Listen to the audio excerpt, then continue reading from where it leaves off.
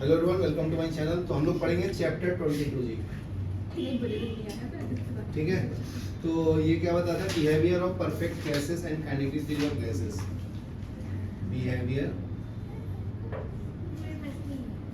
Of perfect gases and kinetic theory of gases and kinetic theory of gases. ठीक है, ये 11th ISC का physics है। 11th ISC. ठीक है, तो देखो हम लोग concept of perfect ideal gas क्या होता है जी? Perfect ideal gas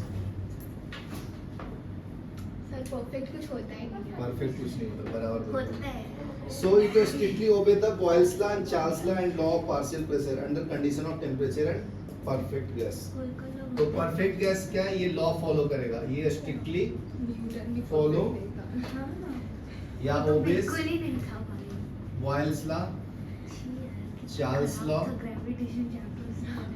boils law, Charles law, Avogadro law और कौन सा लॉ दिया तुम्हारे and law of pressure, law of pressure, law of pressure under all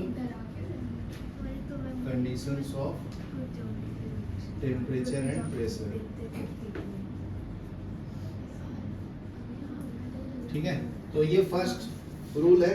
it's pressure coefficient और volume coefficient are strictly equal to each other. तो लिखो इसका next point क्या है? It's pressure coefficient and volume coefficients are perfectly equal। Next है its molecules are infinitesimally small। तो इसके molecules को बहुत स्मॉल मानते हैं। ठीक है, its molecules are infinitesimally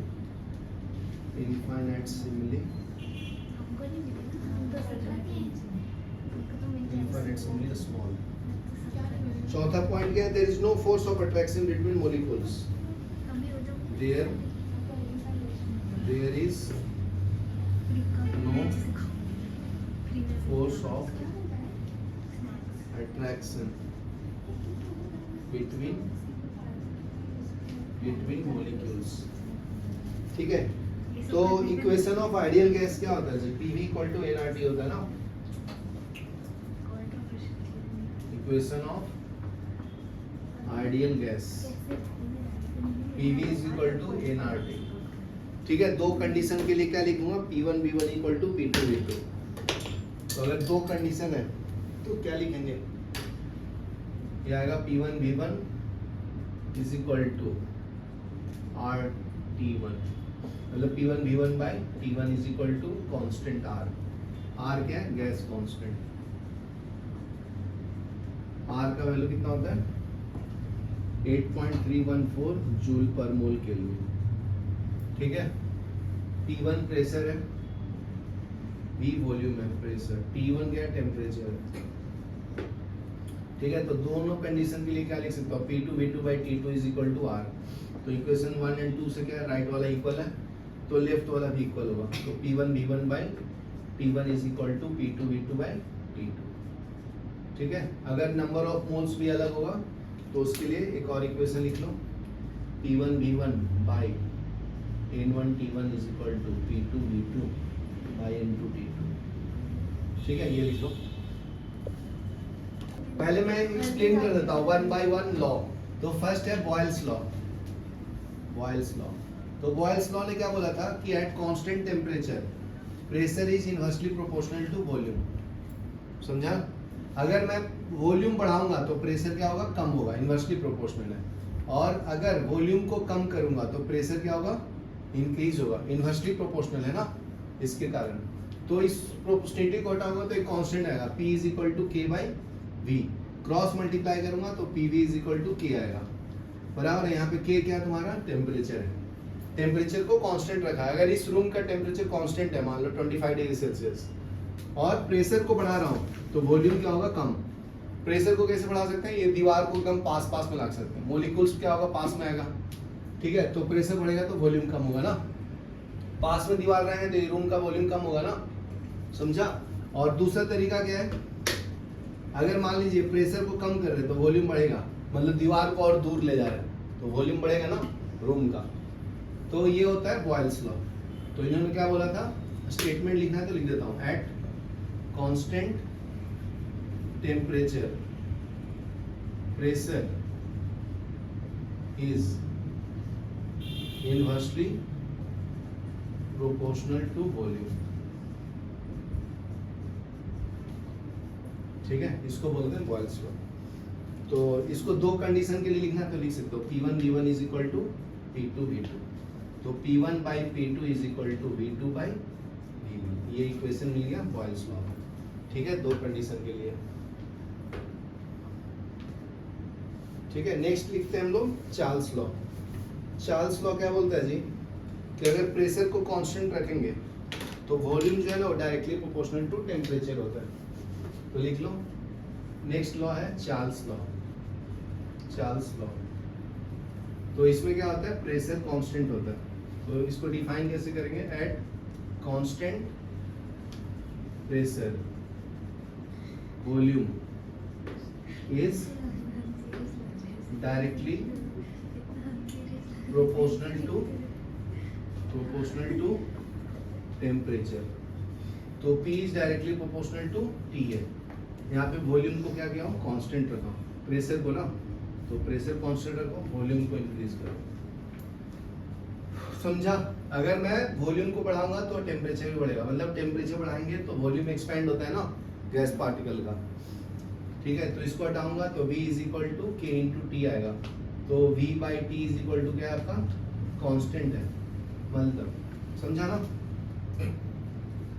तो अगर दो कंडीशन के लिए लिखना है तो V1 by T1 is equal to K है, V2 by T2 is equal to also K है। तो इक्वेशन 1 एंड 2 को राइट हैंड साइड इक्वल है तो लेफ्ट साइड वाला भी इक्वल होगा, V1 by T1 is equal to V2 by T2। इसको बोलते हैं चार्ल्स लॉ। ठीक है, तो ये दोनों इक्वेशन को कंबाइन कर देंगे जी। ये मान लीजिए फर्स्ट था, ये सेकंड, ये थर्ड और ये फोर्थ। तो अगर फोर्थ और फर्स्ट को मल्टीप्लाई कर दे तो क्या मिलेगा, P1 V1 by T1 is equal to P2 V2 by T2। ये आपको बताया था पहले। ठीक है, तो दो कंडीशन के लिए फॉलो होता है, आइडियल गैस इक्वेशन बोलते हैं इसको। चलो लिख लो यहाँ तक, फिर आगे बढ़ते हैं। आइडियल गैस इक्वेशन अभी बताया था क्या है, PV इक्वल टू nRT। तो अगर R का यूनिट निकालना है तो R का unit pressure, volume, moles and temperature के ऊपर डिपेंड करता है। तो R का यूनिट निकालना है तो PV बाय NT लिखेंगे। ठीक है, तो प्रेशर का यूनिट अगर एटमॉस्फेरिक प्रेशर लेंगे, वॉल्यूम को मीटर क्यूब में लेंगे, ठीक है, मोल्स को मोल, टेम्परेचर को केल्विन, तो ये इसका यूनिट आएगा। ठीक है, और क्या आ सकता है, आर का यूनिट, प्रेशर का यूनिट अलग अलग लिख सकते हैं ना जी। और एटमॉस्फेरिक प्रेशर भी होता है, पास्कल भी होता है। ठीक है, इसका लीटर लिख सकते हैं, ये आपका मोल होगा, केल्विन को की जगह पे सेल्सियस भी लिख सकते हैं। तो ये अलग अलग फॉर्म में यूनिट निकाल सकते हैं। ठीक है ना, आर का वैल्यू डालने के बाद अगर इसका फाइनल यूनिट जो हम लोग यूज करते हैं डेली लाइफ में वो होता है जूल पर मोल केल्विन। ठीक है, तो जूल किसको बोल दिया, प्रेशर वॉल्यूम को। ये वर्क डन होता है ना, तो वर्क डन का यूनिट क्या होता है, वर्क डन क्या होता है, प्रेशर इनटू वॉल्यूम, तो इसका यूनिट लिख दिया जूल। ठीक है ना, atmospheric pressure into metre cube को इसको जूल बोलते हैं। यहाँ क्लियर है। तो अगर डायमेंशन निकालेंगे तो क्या मिलेगा जी, डायमेंशन निकालेंगे तो R का डायमेंशन क्या आएगा, प्रेशर का डायमेंशन क्या है, प्रेशर को क्या लिख सकते हैं, फोर्स अपॉन एरिया ना, और वॉल्यूम को मीटर क्यूब मतलब L cube divided by mole का मोल ना, मोल का क्या लिखते हैं, ओ मास। हाँ, मास अपॉन मोलर मास ना, हाँ। मास। तो कैंसिल हो जाएगा ना। हाँ, केजी अपॉन मोलर मास का क्या होगा, यू होता है ना, हाँ हाँ हाँ। क्या होता है, ये ना ए भी एटीएम होता ना, है ना। एटीएम और एम से होता है। एटॉमिक मास यूनिट, अच्छा।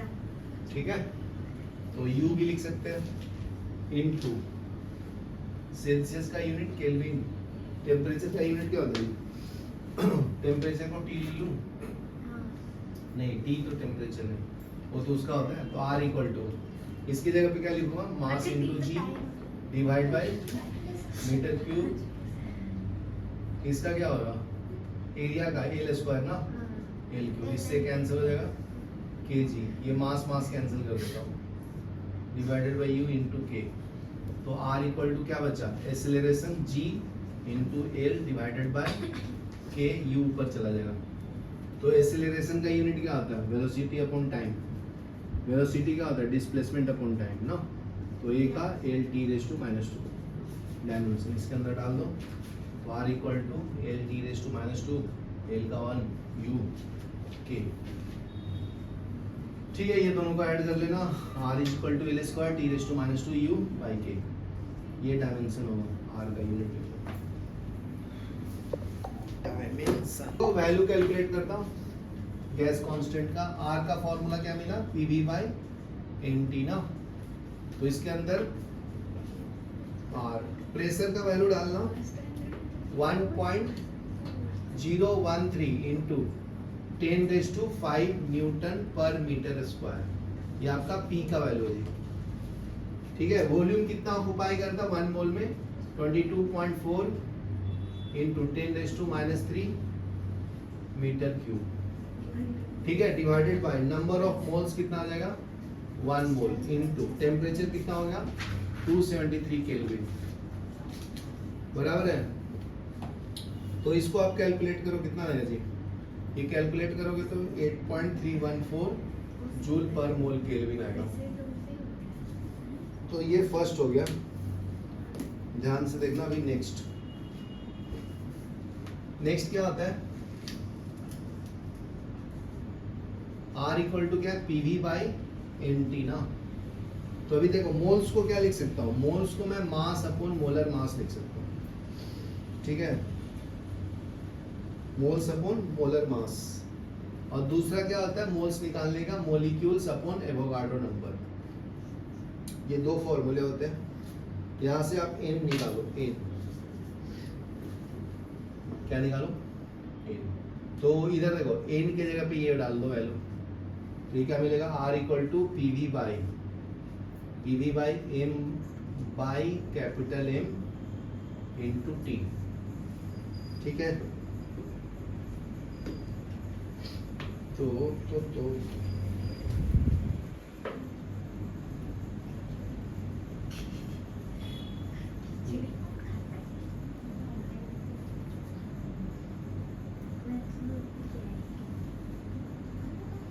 तो इसको अरेंज करो, क्या मिलेगा, ये हो जाएगा कैपिटल एम ऊपर जाएगा, R is equal to P V capital M into small M into T,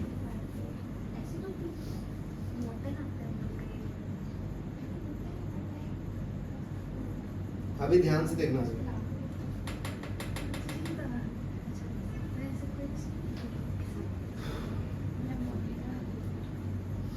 यहाँ से लिखो P V is equal to R M T, P V is equal to M R T by capital M, P V इधर ले लिया capital M, ये समझा गया। देखो इसको अरेंज किया, एम ऊपर लिया तो ये हो जाएगा R P V capital M small M T, फिर पी वी को इधर लिया, बाकी सबको इधर भेज दिया, ठीक है। तो अभी देखो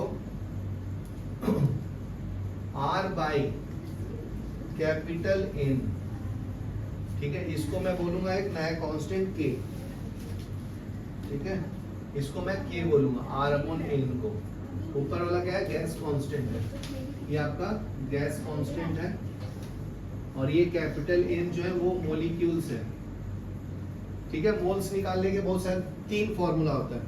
एक होता है mass given upon molar mass, ये मास बाय मोलर मास, ठीक है। ये क्या होता है, मॉलिक्यूल्स होता है।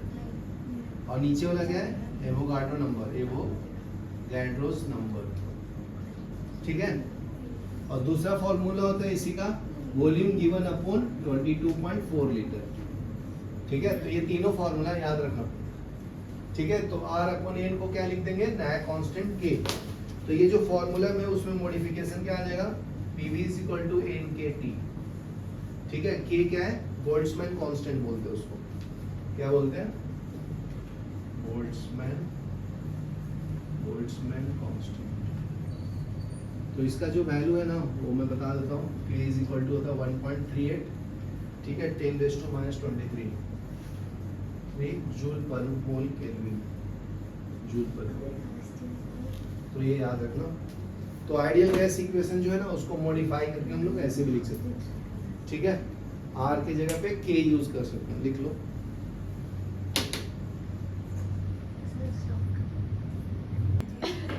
ठीक है, देखो इसका गैस का बिहेवियर कैसा है, pressure versus PV by nRT का। एक्स एक्सिस पे P लूंगा, ठीक है। इसका यूनिट है एटमॉस्फेरिक प्रेशर में लिया हूं। ये आइडियल गैस इक्वेशन का स्ट्रेट लाइन आता है जी ग्राफ, ये आपका आइडियल गैस का है। लेकिन सब गैस आइडियली बिहेव नहीं करता है, ठीक है। अगर टेम्परेचर इंक्रीज करोगे तो थोड़ा ऐसे बिहेव करेगा, और इंक्रीज करोगे तो ऐसे बिहेव करेगा, और इंक्रीज करोगे तो ऐसे, ठीक है। तो ये आपका T1 T2 T3 ये इसका बिहेवियर है। तो सबसे ज्यादा टेम्परेचर कितना है, T3 का, ठीक है। तो ये क्या है, PV बाई nRT, ठीक है, इज इक्वल टू R ले लो।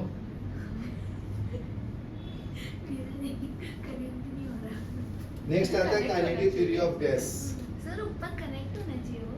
हाँ, क्योंकि एक ही गैस का लिया है ना, तो बाद में जैसे मिल जाता है ऊपर जाने के बाद। देखो क्या कनेक्ट।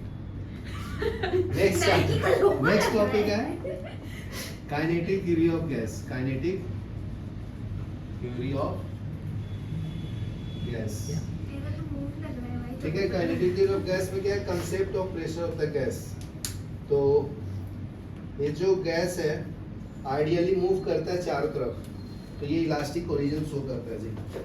इसका डायग्राम बनाओ, एक क्यूब के अंदर तुम गैस बहुत सारे रखे हो तो मूव करेगा, ठीक है, X axis, Y axis, Z axis पे। ये एक्स एक्सिस हो गया, ये वाई एक्सिस हो गया, ये जेड एक्सिस हो गया, ठीक है। तो मान लीजिए ये पार्टिकल है, तो एक्स एक्सिस में Vx मूव कर रहा है, ये Vy मूव कर रहा है, Vz मूव कर रहा है, ठीक है। तो तीनों को ऐड करेंगे, they are perpendicular to each other, तो v square equal to ux square plus u square plus uz square, ठीक है, ठीक है। ये आपका रिजल्टेंट देगा। चेंज इन मोमेंटम क्या होता है, final minus initial, final momentum minus initial momentum, ठीक है। तो फाइनल मोमेंटम ये पीछे रिटर्न होगा तो नेगेटिव में होगा, तो minus M V X, minus M initially है ना तो यू लो, तो एम, ठीक है। तो ऐड करेगा तो -2 times of M U X आएगा। इसका मैग्नीट्यूड लूंगा तो पॉजिटिव आएगा ना, ये समझा क्या, फाइनल नेगेटिव क्यों है, एक ये पॉजिटिव है तो इधर का जाएगा तो एम यू एक्स, वापस आएगा तो नेगेटिव एम यू एक्स, तो ये फाइनल है और ये इनिशियल है, तो फाइनल माइनस इनिशियल तो नेगेटिव आएगा ना दोनों, समझा।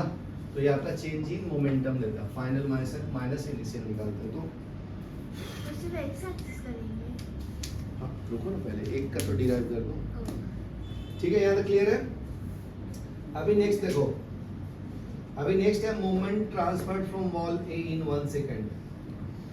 नेक्स्ट पॉइंट है momentum transferred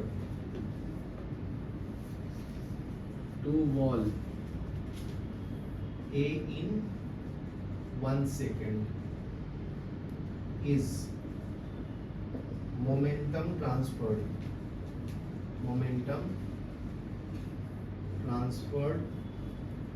into number of collision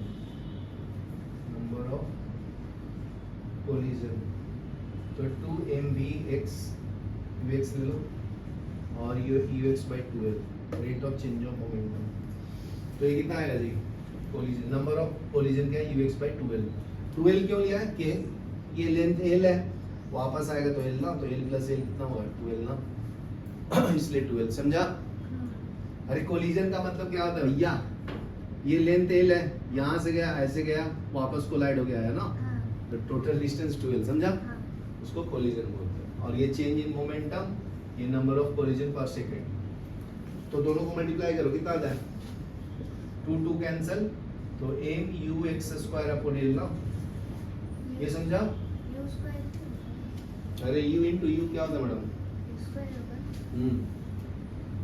ठीक है यहाँ तक लिखो फिर नेक्स्ट बताता हूँ। U square नहीं लिखा। बोलता है जी according to Newton second law पता है किसको F is equal to rate of change of momentum को न्यूटन सेकंड लॉ बोलते हैं।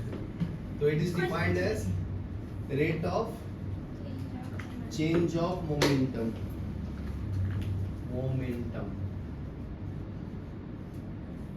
of a body is equal to force exerted on it। ठीक है तो rate of change of momentum क्या आएगा mvx square by l since n is the molecules। ठीक है तो rate of change of momentum लिख दिया हूँ M V square by L तो एम बाई एल हो जाएगा ये हो जाएगा V X one square plus U X two square plus dot dot dot U X N square. ठीक है तो देखो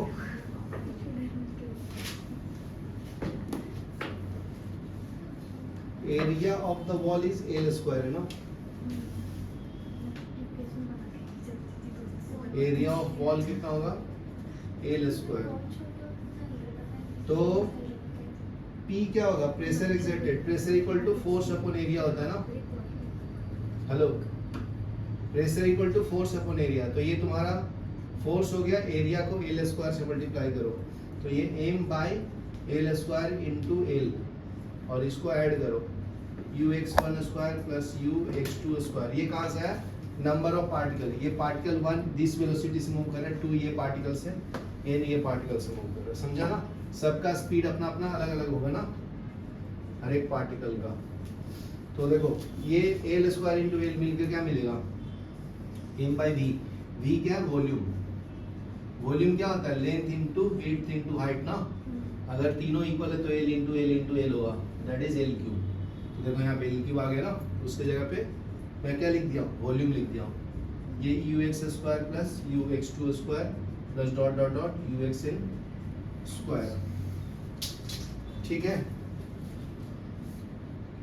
तो अगर n नंबर ऑफ मॉलिक्यूल्स है तो n से मल्टीप्लाई एंड डिवाइड कर लो तो p इज इक्वल टू क्या आएगा m into N by v into N समझा। तो ऊपर में क्या आएगा U X one square plus dot dot U X N square. तो n को मैं अंदर भी ले सकता हूँ डिवाइड बाई n तो ये आपका रूट मीन स्क्वायर वेलोसिटी देता है। ठीक है तो मोमेंट प्रेशर क्या आएगा m इंटू एन इसका हो गया रूट मीन स्क्वायर वेलोसिटी तो ये यू एक्स स्क्वायर का स्क्वायर डिवाइडेड बाय वॉल्यूम। तो ये आपका pressure exerted by gas molecules मिल गया। n क्या है mass of the particle mass of gas लिख दो v वॉल्यूम है p प्रेशर है ठीक है और v वॉल्यूम है ux क्या आ गया ux square velocity mean square velocity. ठीक है ये मीन मतलब n से डिवाइड किया ना नंबर ऑफ पार्टिकल्स मीन कैसे निकालते थे 9 10 सबको ऐड करके डिवाइड करते थे जितना टोटल था। ठीक है यहाँ तक क्लियर है। तो अगर तीनों वेलोसिटी सेम होगा तो ux square is equal to uy square is equal to UZ square होगा। तीनों का velocity x axis y axis z axis में इक्वल मान लिया हूँ, तो ux square is equal to u square plus uy square plus uz square, तीनों equal है तो आपस में ऐड हो जाएगा ux स्क्वायर u बार का स्क्वायर के बराबर। ठीक है, तो ux बार हो गया ना। तो देखो यहाँ से ux स्क्वायर का वैल्यू क्या आएगा, u बार स्क्वायर अपॉन 3, ये बस 3 को नीचे ले लिया। यहाँ क्लियर है? तो देखो ux बार स्क्वायर की जगह पे क्या लिख सकता हूँ, ये वाला, ये मान लीजिए इक्वेशन थर्ड है, फोर्थ में, फोर्थ का वैल्यू थर्ड में डाल दो, क्या मिलेगा जी, p is equal to m n, ये क्या आएगा u bar square upon 3 into v। ठीक है, यहाँ क्लियर है? तो देखो डेंसिटी क्या होता है, density is equal to mass upon volume. तो देखो ये मास दिख रहा है, मास अपॉन वॉल्यूम की जगह पे मैं डेंसिटी भी लिख सकता हूँ, तो P is equal to rho n u square by 3। ठीक है, अभी देखो 2 से मल्टीप्लाई एंड डिवाइड करो, तो P is equal to 2 by 3 into 1 upon 2 rho n u square, तो ये आपका काइनेटिक एनर्जी हो गया E, तो इसको मैं काइनेटिक एनर्जी बोलता हूँ। P is equal to 2/3 E हो जाएगा, E एनर्जी। चलो यहाँ तक लिख लो, अलग अलग फॉर्म में लिखना था बस।